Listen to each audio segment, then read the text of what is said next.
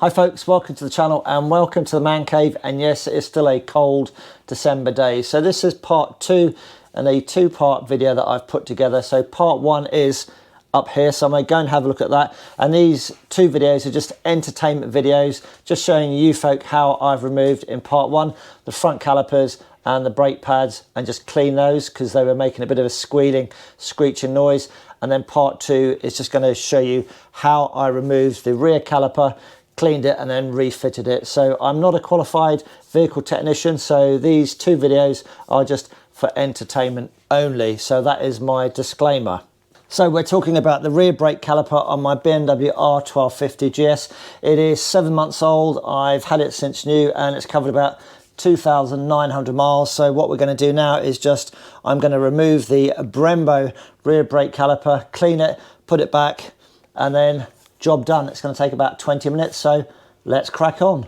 So first things first, if I was working on the bike and it was covered in mud, etc., I would wash it down with cold water just to make sure that the whole area was nice and clean.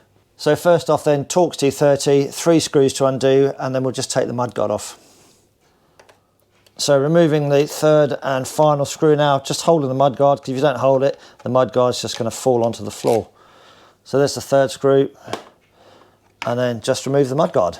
So the good news is, to remove the rear caliper, you actually don't have to take the rear wheel off. So what I'm going to do is, just to make sure I don't scratch the casing here, is just going to pop a cloth just over that casing, because I'll cry if I scratch it.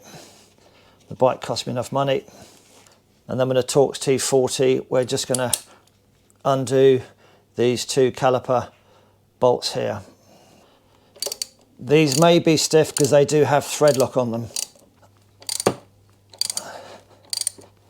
So with the thread lock on these bolts, it does make them a little bit stiff to get them out. So that's one nearly out. And you can see the calipers loose already. So the bolts are still in here, I haven't taken them out yet, just loosen them right off. So the bolts are nearly ready to come out. I'm just going to loosen off the speed sensor cable, just to move that out of the way. You may just notice a little bit of thread lock dust, shall we call it, as you unscrew them, but that's perfectly normal. So what I'm going to do now is, you have 2 caliper pins, shall we call them, on the rear of the caliper. So I am just going to use my whatever kind of pliers they are and very carefully just pull them up. There's one. You don't have to use much force at all. So if you use a load of force, you're going to smack your pliers onto the wheel and maybe damage them. So yeah, just a little bit of force, that's all that's needed. And then make sure you don't lose those pins. So I've just removed the blue cloth. So what we need to do now, these pins are out, is just remove this brake disc pin. So basically you just push it that way and then go around the other side and then just pull it out. It's pretty easy to take out actually.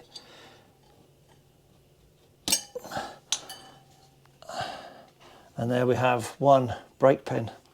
So I've now put my protective cloth back. I suggest you do the same. So what we're going to do now is just remove the caliper bolts.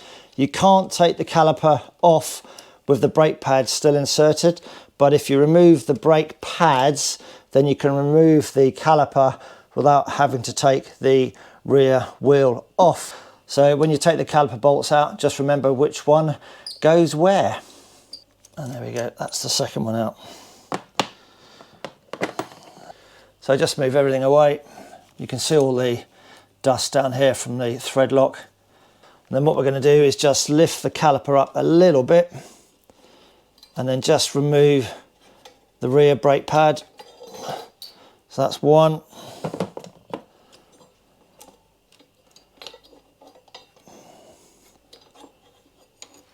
And that's the second brake pad. Again, just lay them out how you would put them back in again. And then we can now simply just move the caliper up and then rotate it, and then we will be able to remove it from the disc. And there we go. And the only way we could have done that is because we've already taken the brake pads out. So as you can see, I'm just resting the caliper on a couple of boxes that I've got stacked up. So all I'm going to do is just remove the thread lock from down here. You can either blow or just use a clean brush.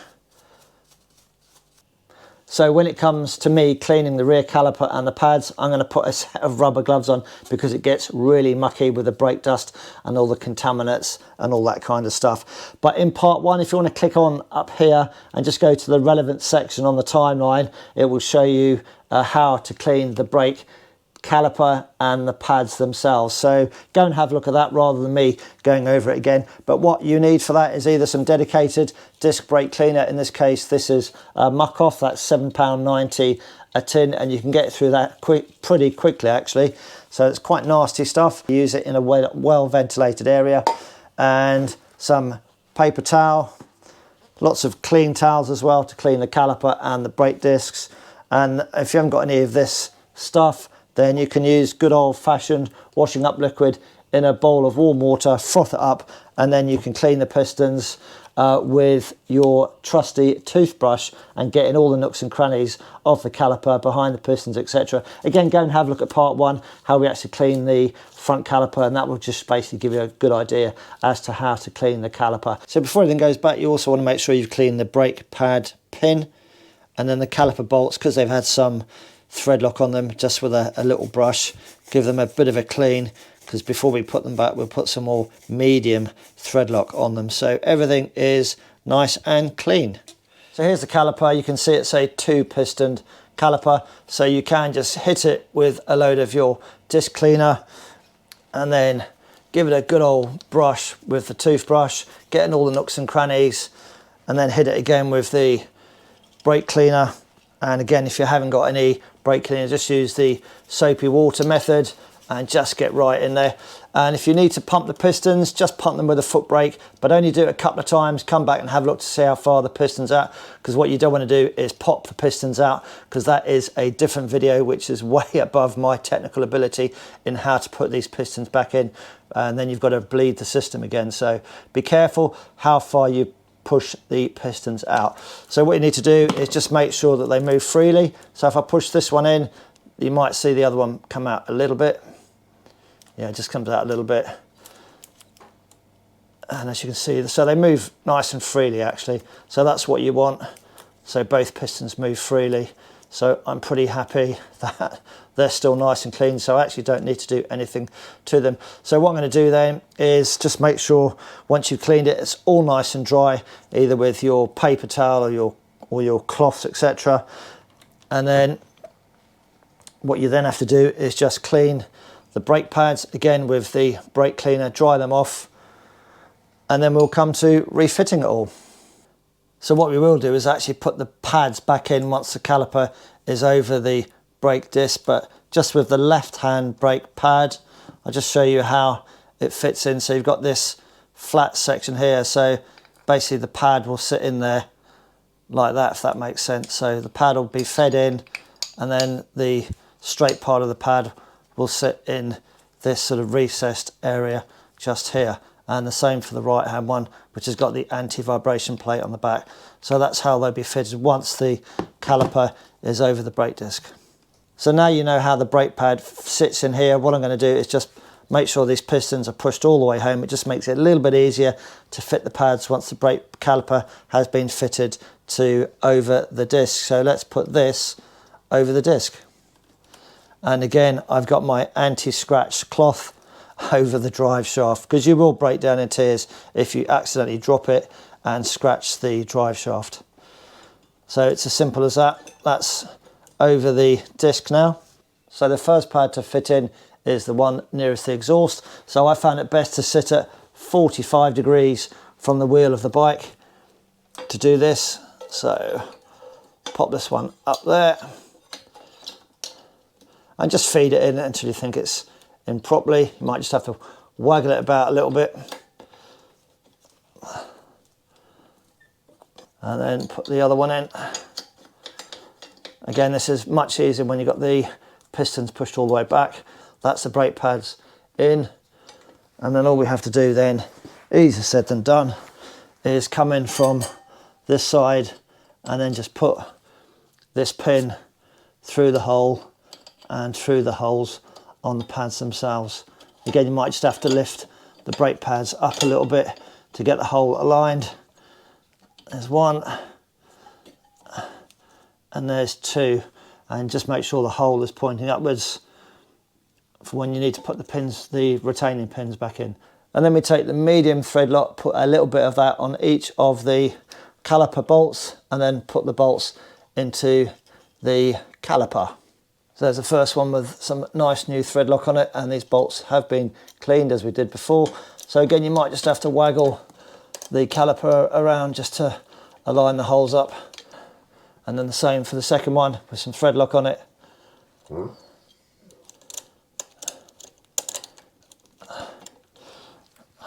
And then that one, I might just have to use the Torx T40 just to get it in. So just taking the gloves off just makes it all a little bit easier. And then just do these up hand tight for the moment. Again, you just might have to waggle the caliper around. Don't go nuts because you don't want to slip and scratch your hub of your drive unit, because you will end up in tears. Oops, there we go. Well, I will anyway. And I'll just do this one up as well. And there comes a point where you can't screw them up by hand anymore because of how tight it is. And then just get your socket out. It's not fully done up yet, we've got to torque them up, but that's snuggish. Just take your time doing these up. You definitely don't want to slip and scratch your paintwork. Right. Just wipe the thread lock off. So now we've put the brake pads back, just go around to the other side and have a look down here, just to make sure that you're satisfied that the brake pads are sat perfectly in the caliper housing, as you can see here from the other side of the caliper. So we take the split pins, which are pointing towards the exhaust, and then put one through the hole there, just pop them in. And then we take the other pin, and it's best to come in from this side, and then find the hole.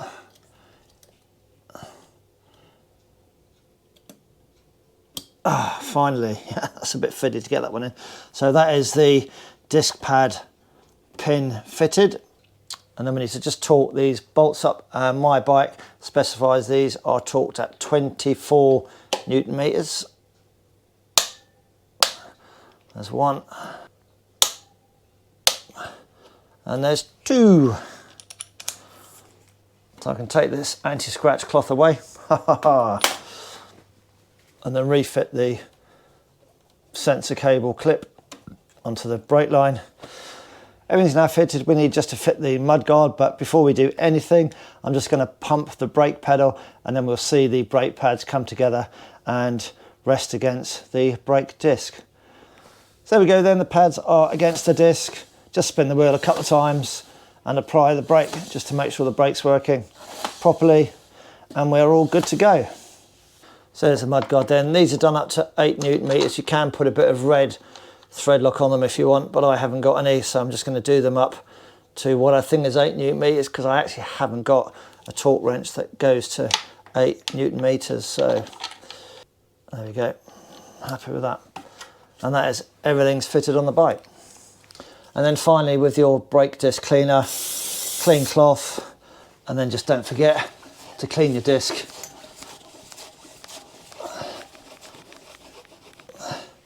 And that's not too bad, actually, that's pretty clean. So that's it, folks. We've come to the end of the entertainment video. If you've got any comments to make, please make them in the comment section down below. I'd very much appreciate that. So this job would have taken me about 20 minutes to do if I wasn't doing the videoing.